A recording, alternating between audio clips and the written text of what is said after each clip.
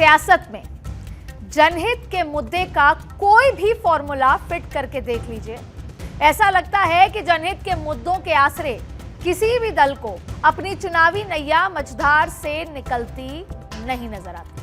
तभी तो 4.5 साल तक तो पक्ष और विपक्ष रोजगार और विकास की नींव पर अपनी सियासी इमारत खड़ी करने की कोशिश करता रहता है, लेकिन चुनाव से ठीक पहले उसी सियासी इमारत पर जात पात, धर्म और विरोधियों के डर का रंग चढ़ाया जाने लगता है।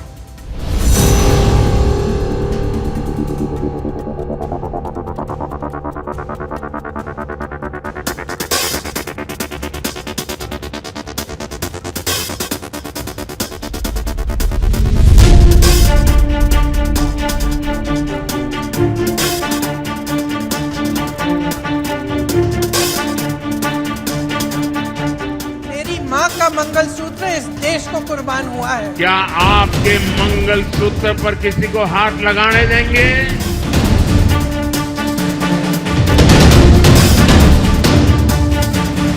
RSS and the BJP are trying to destroy India's constitution and change India's constitution. आरक्षण न खत्म होगा और न ही उसे धर्म के नाम पर बांटने दिया जाएगा। संविधान को संपूर्णता बीजेपी के ओर से स्वीकार किया नहीं गया कि अगर वो चुनाव जीतेंगे तो वो इस किताब को फाड़ के फेंक देंगे। जहां तक संविधान का सवाल है, आप मान के चलिए और मोदी के शब्द लिख के रखिए, बाबा साहब आंबेडकर खुद आ जाए तो भी संविधान खत्म नहीं कर सकते हैं। नमस्कार, मैं हूं अदिति नागर और इलेक्शन स्पेशल पॉलिटिकल कॉरिडोर में आज बात उन चुनावी मुद्दों की जिसका जिन अलग अलग राजनीतिक दलों के चिराग से अचानक बाहर आने लगा है। चर्चा उस चुनावी रेस की जिसमें जनहित के मुद्दे धर्म और डर के मुद्दे से कहीं पीछे छूट गए और चोट सियासत के सूरमाओं की सोच पर जो अलग अलग मुद्दों के जरिए देश की जनता को पार्टियों के बीच बांटने की कोशिश में लगे हुए। और आज बात होगी साल 2014 से शुरू की जाएगी। साल 2014 प्रचंड बहुमत के साथ बीजेपी सत्ता में आई। साल 2019 में जनता ने एक बार फिर बीजेपी पर भरोसा जताया। 4.5 साल तक मोदी है तो मुमकिन है और मोदी की गारंटी जैसे नारे सियासी गलियारों में गूंजते रहे। वोटर्स के बीच में, जनता के बीच में खूब सुने गए, बोले गए। बीजेपी के तमाम बड़े दिग्गज और पीएम मोदी खुद सरकार के कामकाज का रिपोर्ट कार्ड लेकर जनता के बीच गए और कई बार हालिया में आपने देखा होगा राज्यसभा, लोकसभा, जब सदन खत्म हो रहा था 17वीं लोकसभा का, तब कई बार रिपोर्ट कार्ड वहां से भी पेश की गई। क्यों? क्योंकि जनता के बीच किए गए जो काम हैं उनको बार बार बताना था। लेकिन जैसे जैसे चुनाव नजदीक आए, ये नारे अब सियासत की किसी अंधेरी गलियों में गुम होते नजर आ रहे हैं। आज बीजेपी के किसी नेता का कोई भाषण उठाकर आप सुन लीजिए, उसमें 10 साल के कामकाज का जिक्र तो है, लेकिन जितना होना चाहिए उससे बहुत कम। देखिए, इस बात में कोई दौरा नहीं, आप भी मानेंगे कि मोदी सरकार ने पिछले 5 सालों में कई ऐसे फैसले लिए, कई ऐसे देशहित के काम किए जिससे देश की स्थिति में सुधार हुआ है। उदाहरण के तौर पर धारा 370 है।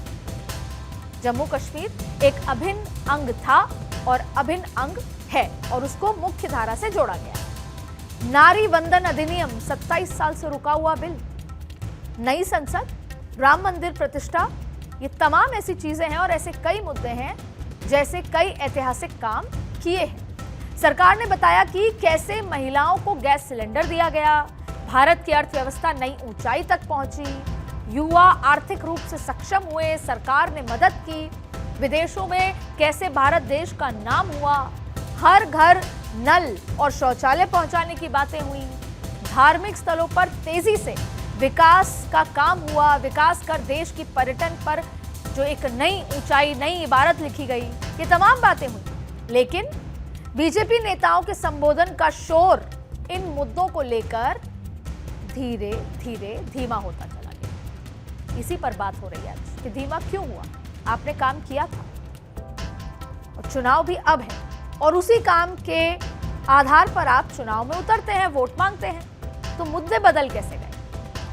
अब बीजेपी नेताओं के संबोधन का कैच पॉइंट वो नहीं है जो चुनाव की तारीख या वोटिंग शुरू होने से पहले था। अब बीजेपी नेताओं के संबोधन में मंगलसूत्र है, कांग्रेस पर संपत्ति को लूटने की योजना का डर है, विपक्ष पर भारत के विभाजन की मंशा का भय है, किसी नेता को एक्सीडेंटल हिंदू साबित करने की कोशिश है, तो किसी दूसरे नेता के प्लेट में मछली, मटन जैसे हमले।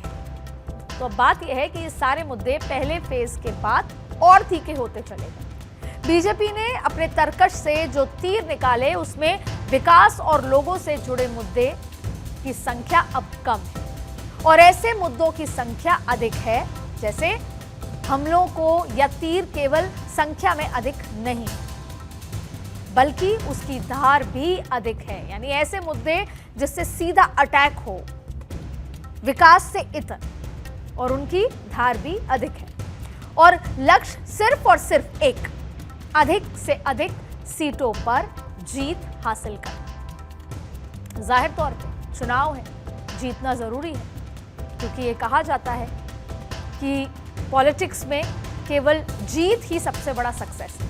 और अब सवाल है कि यह हुआ क्यों।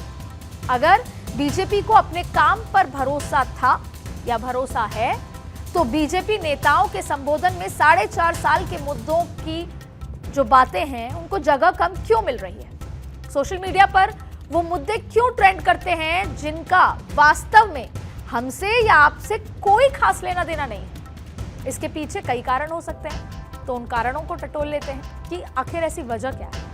पहला कारण, विकास और काम का नारा बीजेपी के लिए पुराना हो चुका है, या यूं कि जनता बाय डिफॉल्ट ही एक्सपेक्ट करती है कि बीजेपी है तो काम तो करेगी ही, इसलिए बहुत ज्यादा उत्साहित नहीं होती उन बातों से। तो हम बात ये कर रहे हैं कि विकास और काम का नारा बीजेपी के लिए पुराना हो चुका है। ऐसा इसलिए क्योंकि 4.5 साल तक विकास, मोदी है तो मुमकिन है और मोदी की गारंटी जैसे नारे दिए गए। चुनाव की तारीखों के ऐलान से ठीक पहले का दौर याद कीजिए। पीएम मोदी राज्य दर राज्य घूम रहे थे, उत्तर से दक्षिण तक, और इस दौरान प्रधानमंत्री मोदी ने अपने संबोधनों में कांग्रेस और बीजेपी के कार्यकाल की तुलना करते थे कि 60 साल क्या हुआ और इन 10 सालों में क्या क्या हुआ। हो सकता है कि चुनाव प्रचार को धार देना या आक्रामक दिखने के लिए इस तरह के मुद्दे अब सामने आने लगे हैं जिनका हम जिक्र कर रहे हैं। दूसरा ऑप्शन, काम और विकास को लेकर अति आत्मविश्वास। इस बात में कोई दो राय नहीं कि बीजेपी में मोदी सरकार के कामकाज को लेकर गजब का आत्मविश्वास है, लेकिन हो सकता है इस कारण से बीजेपी इन मुद्दों के जरिए विरोधियों के वोट बैंक में सेंधमारी की कोशिश कर रही है। किन मुद्दों से?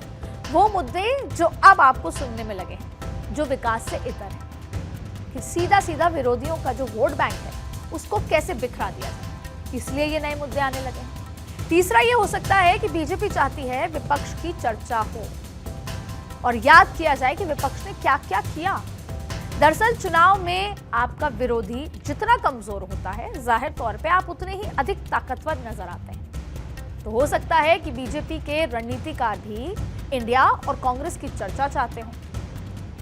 अब बीजेपी ने पिछले 10 साल में कांग्रेस पर विकास और काम को लेकर कई हमले किए। हो सकता है अब इसे नई धार देने के लिए बीजेपी मंगलसूत्र, संपत्ति की लूट, विभाजन, एक्सीडेंटल हिंदू, औरंगजेब, मछली, मटन और मुगल के जरिए विपक्ष को, उनकी एक्सेप्टेंस को नकारने की कोशिश में लगी हुई, ताकि बीजेपी लंबे समय तक विपक्ष को सत्ता से दूर रखने में कामयाब रहे। हम ये पता कर रहे हैं कि सडनली विकास से इस तरह के मुद्दे आने लगे, उसकी वजह क्या हो सकती है। तो ये 3 वजह हमने आपको बताई। ये तो हुई सत्ताधारी दल की बात। अब आइए विपक्ष खेमे में। जिस तरह से सत्ताधारी दल में जो मुद्दे थे पिछले 4.5 साल, वो अब सडनली बदल गए, कुछ ऐसा ही अंदाज विपक्ष का भी। पहले तो विपक्ष के तमाम दल एक ही मंच पर आकर एक साथ होकर बीजेपी को रोकने की मंशा दिखाते हैं, लेकिन स्वार्थ के नींव पर खड़ी विपक्ष की इमारत कुछ महीनों में ही ताश के पत्तों की तरह बिखर जाती है।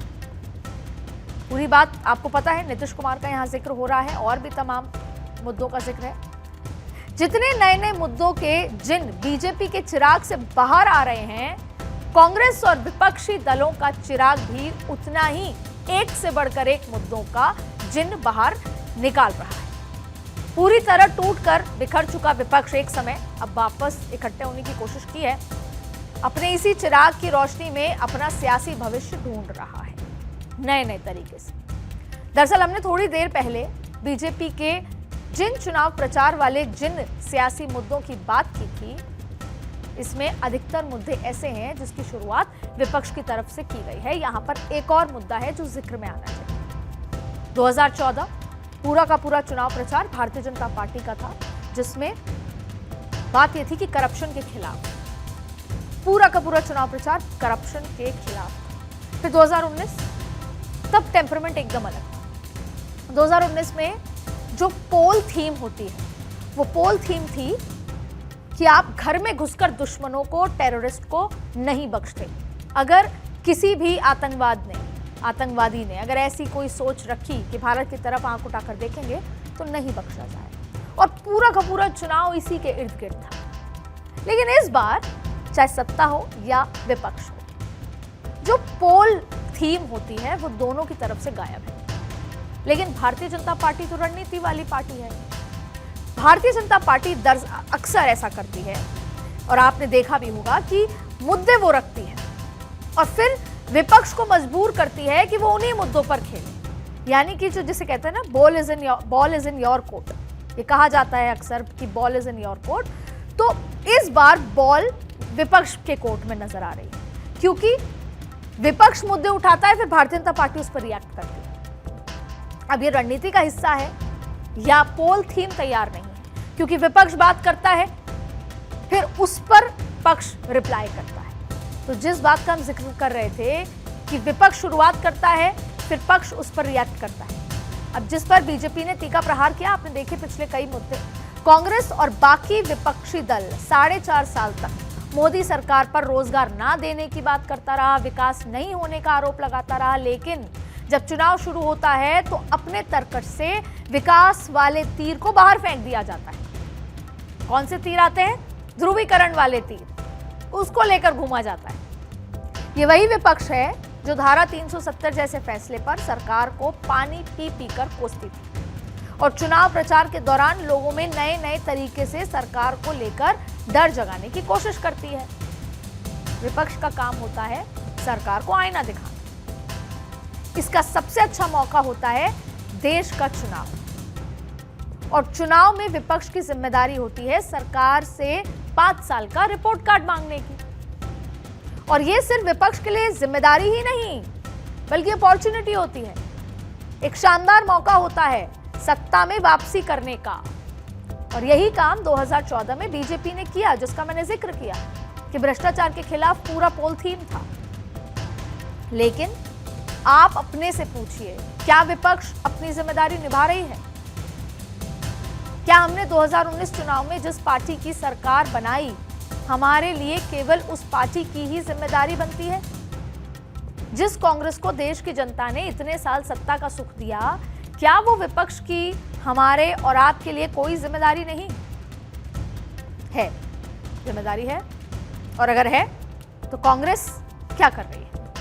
ना सरकार से कामकाज को लेकर सवाल करती है, ना रोजगार पर बात कर रही है, बल्कि कांग्रेस और तमाम विपक्षी दल चुनाव नहीं होने का डर दिखा रहे हैं। बीजेपी के जीतने पर संविधान को बदले जाने की बात कर रहे हैं, आरक्षण खत्म होने की बात हो रही है, और सबसे हैरानी की बात ये तब हो रहा है जब देश में लोकतंत्र का सबसे बड़ा उत्सव मनाया जा रहा है। उस वक्त देश में तानाशाही की बात हो रही है। इस बात में मैं ये दावे के साथ कह सकती हूं, और मैं क्या देश का हर एक जागरूक नागरिक ये कह सकता है कि बीजेपी 100% सीटों पर भी जीत गई ना, तो भी संविधान नहीं बदल सकती, क्योंकि संविधान मेरे हिंदुस्तान के लोकतंत्र की आत्मा है। फिर क्यों विपक्ष चुनाव में रोजगार और महंगाई को किनारे कर संविधान के बदले जाने की बात करता है, डर फैला रहा है? ये सारे मुद्दे यूं ही विपक्ष के सियासी तर्कश से बाहर नहीं आ रहे। इसके पीछे विपक्ष की सोची समझी रणनीति है। दरअसल विपक्ष के पास बीजेपी और मोदी के चेहरे को टक्कर देने के लिए कोई ठोस चेहरा या मुद्दा नहीं। इस बार के चुनाव में एंटी इनकम्बेंसी भी हावी होती नहीं दिख रही उस तरीके से। यही वजह है कि संविधान और आरक्षण को लेकर बीजेपी और मोदी सरकार के खिलाफ नैरेशन गढ़ने की कोशिश कर रही है विपक्ष। दूसरी वजह, यूपीए 1 और यूपीए 2 के शासनकाल में भ्रष्टाचार के कई आरोप लगे। इंडिया गठबंधन में शामिल दलों में अरविंद केजरीवाल और हेमंत सोरेन जेल में। लालू परिवार पर भी भ्रष्टाचार का बहुत सारे आरोप हैं। ऐसे में विपक्ष के लिए सरकार के कामकाज पर सवाल खड़ा करना थोड़ा असहज हो जाता है, क्योंकि जैसे ही आप इस तरह की बैटिंग करेंगे, बॉलिंग जो होगी वो उस तरह की होगी कि हमने ये किया, आपने क्या क्या किया। तो शायद विपक्ष नहीं चाहता कि उन सारी बातों को दोहराया जाए इस चुनाव के दौरान। एक वजह हो सकती है। अब तीसरी वजह, विपक्षी दलों को चुनाव में अल्पसंख्यक वोटरों से काफी उम्मीद रहती है। तो कांग्रेस और विपक्षी दल जो हैं अपने पिटारे से ऐसे मुद्दे निकाल कर ला रही है जिससे चुनाव में ध्रुवीकरण हो सके, पोलराइजेशन। फायदा होगा, और जो पिछले फर्स्ट और सेकंड फेज हुआ या अब जो थर्ड फेज होगा, इसमें आप देखिए पोलराइजेशन का बहुत बड़ा रोल है। उत्तर प्रदेश की 10 सीटें हैं, MY फैक्टर है, वहां पोलराइजेशन का बड़ा रोल होगा। असम में चुनाव है, पोलराइजेशन का बड़ा रोल होगा। तो देश के हर कोने में, कर्नाटक में चुनाव है, पोलराइजेशन का फैक्टर, ये एक मुद्दा हो सकता है। ये तो हुई 2024 लोकसभा चुनाव की बात, लेकिन ऐसा नहीं है कि ये सब पहली बार हो रहा है। हम आपको ये बता रहे हैं, ये पहले होते आया है। बीते कई सालों की राजनीति आप देखेंगे तो सभी सियासी दल जो है यही ट्रेंड फॉलो करते आए हैं। लोकसभा चुनाव हो या विधानसभा चुनाव, बहुत कम ऐसा हो रहा है कि जमीनी मुद्दों पर चुनाव लड़ा जा रहा है। हम बीते 2 दशक में बिजली, पानी और सड़क की हालत काफी सुधरी है, लेकिन अब भी देश में कई हिस्सों में स्थिति बेहद खराब है। आप नोएडा से लखनऊ जाएंगे, आपको जबरदस्त सड़क मिलेगी, लेकिन फिर आप लखनऊ से, ये मैं इसलिए कह रही हूँ क्योंकि मैं पूरे देश में चुनाव के चलते भ्रमण करते हुए आई हूँ, तो आप गांव की तरफ, क्योंकि हम सिर्फ अर्बन इलाके में पता कर लेते हैं कि लोग क्या सोचते हैं और उसी आधार पर हम ये तय करते हैं कि किसकी सरकार आ रही है, इसलिए हम गांव के इलाके में भी गए। चाहे फिर मैं कर्नाटक की बात कर लूं, सिर्फ उत्तर प्रदेश की बात करूं, अर्बन इलाकों में सड़कें बहुत अच्छी है, हाईवेज बहुत अच्छे हैं, लेकिन जब आप गांव की तरफ जाएंगे तब आप देखिए कि आप वो 200 किलोमीटर जो आप दिल्ली से, गुड़गांव से जयपुर का सफर 3.5 घंटे में तय करते हैं, वही 200 किलोमीटर 6.5 घंटे आप उन गांव की गलियों से तय करते हैं। आप अगर अपने इलाके की ही बात करेंगे, जैसा मैं कह रही हूं, तो आपकी लोकसभा में भी अच्छी सड़क, ट्रैफिक जाम, पिछले जो स्कूलों की बात कर ले, अच्छे स्कूल, अच्छे अस्पताल, कोई ना कोई कमी जरूर आपको नजर आएगी। लेकिन ये स्थानीय मुद्दे तो किसी नेता के भाषण में है ही नहीं, और अगर हैं तो उसके लिए जगह काफी कम है। आप अपने आप से पूछिए, महंगाई, बेरोजगारी, युवाओं के लिए रोजगार, महिलाओं के लिए अवसर, किसानों की आर्थिक स्थिति, इन मुद्दों पर आज कौन बात कर रहा है? कोई नहीं, जबकि वोट सभी को इसी से चाहिए। चुनाव शुरू होने के पहले जातिगत जनगणना के काउंटर में प्रधानमंत्री मोदी ने महिला, किसान, युवा, गरीब, इनको अपनी जाति बताई थी। यही कहा था कि देश में यही वोटर हैं, यही जाति है। लेकिन जैसे ही चुनाव परवान चढ़ा, इनको छोड़ बाकी मुद्दे हावी होने लगे। इसके पीछे एक वजह और है। 2014 के पहले अन्ना आंदोलन पीक पर था, कई तरह के घोटालों के खुलासे पर देश में आक्रोश था, पूरा चुनाव काले धन पर और भ्रष्टाचार पर के इर्द गिर्द घूमने लगा था। अब 2019 में आइए, चुनाव से ठीक पहले पुलवामा अटैक हुआ, जिसका हम अभी जिक्र कर रहे थे, और उसके जवाब में हमारे शूरवीरों ने पाकिस्तान में घुसकर जो दुश्मनों को सबक सिखाया। इस ऐतिहासिक फैसले को लेकर मोदी सरकार की काफी तारीफ हुई। देश में राष्ट्रवाद की लहर सी दौड़ गई, पूरा देश एकजुट हो गया। पोल थी जिसका हम जिक्र कर रहे थे, लेकिन इस बार ऐसा कोई चुनावी मुद्दा, बड़ा मुद्दा, पोल थीम नजर नहीं आया, चुनाव प्रचार का सेंटर में नहीं आया। 2014 और 2019 से इस बार का चुनाव इस मामले में काफी अलग सा है, जिसकी वजह से केवल 2 चरण के चुनाव में ही ऐसे ऐसे मुद्दे निकलकर बाहर आ गए। लेकिन इसकी एक और वजह हो सकती है। एक वजह यह है कि अक्सर जब हम पॉलिटिकल लोगों के आसपास घूमते हैं तो वो एक बात कहते हैं कि कौन करता है विकास के मुद्दे पर वोट, क्या आज तक डेवलपमेंट के मुद्दे पर वोट हुआ है। और ये मैं इसलिए कह रही हूं क्योंकि हम पिछले 4.5 साल, चाहे रीजनल पार्टी हो चाहे नेशनल पार्टी हो, उनके साथ जब बैठते हैं, चर्चा करते हैं, क्या मुद्दा होगा, क्या एजेंडा होगा, मैनिफेस्टो की बात करते हैं, तो वो एक बात कहते हैं कि अरे चुनाव, कोई विकास के मुद्दे पर कोई वोट नहीं करता चुनाव में। ये गलती किसकी है? हमें क्या चाहिए? हमें ये मंगलसूत्र, हमें ये तमाम जो चीजें आती हैं, मटन मछली, ये नहीं चाहिए। हमें तो विकास ही चाहिए। और हम जाहिर तौर पे विकास के मुद्दे पर ही वोट करते आए, घर के बाहर की सड़क नाली, इन पर वोट करते आए, सेफ्टी पर वोट करते आए हैं। तो सवाल ये उठता है कि क्या हम भी चुनाव के दौरान अपने मुख्य एजेंडे से भटक जाते हैं? जो वोटर्स हैं, मैं उनसे बात कर रही हूं, मैं भी वोटर हूं, कि क्या हम भी उन्हीं मुद्दों पर वोट करते हैं जिन पर हमें पिछले 1 महीने से रखा जा रहा है, जो हम सुनते हैं, हम भी बदल जाते हैं? क्योंकि अंततः जब हम वोट करने जाएं तो हम ये सोचें कि हमें अच्छा स्कूल, अच्छी शिक्षा, अच्छा अस्पताल, अच्छी सड़क कौन देगा। और ये बात कुछ नई नहीं है, ये पहले से होती आई है। पर पॉलिटिकल नेता ये सोचता है कि विकास के मुद्दे पर वोट नहीं होता, वोट तो होगा जाति पर, धर्म पर। इससे कहीं ना कहीं हमारे वोटिंग पैटर्न में भी कुछ तो है जो पॉलिटिकल नेता को, पार्टीज को मजबूर करता है इस तरह की बयानबाजी मुद्दे उठाने पर। क्योंकि आखिरी 30 दिन, 40 दिन, 20 दिन, 2 घंटे में हम इन्फ्लुएंस हो जाते हैं दूसरे मुद्दों से। इसलिए जितनी जिम्मेदारी सत्ता पक्ष की है विकास की बात करने की, जितनी जिम्मेदारी विपक्ष की है रिपोर्ट कार्ड मांगने की, उतनी ही जिम्मेदारी हम वोटर्स की है कि हम किन मुद्दों पर वोट करें। इसलिए ये चर्चा करनी जरूरी थी, याद दिलाना जरूरी था कि तीसरा फेज का चुनाव है और जो उस फेज में वोट करेगा वो क्या ध्यान में रख के वोट करे, अपना भविष्य, बच्चों का भविष्य, विकास। पॉलिटिकल कॉरिडोर के इस एपिसोड के जरिए हमने 2024 चुनाव के उन मुद्दों को जाना जो 55 महीने कभी कभी सुर्खियां बटोरती और आखिर के 5 महीनों पूरी सियासत इन मुद्दों के इर्द गिर्द घूमने लगी।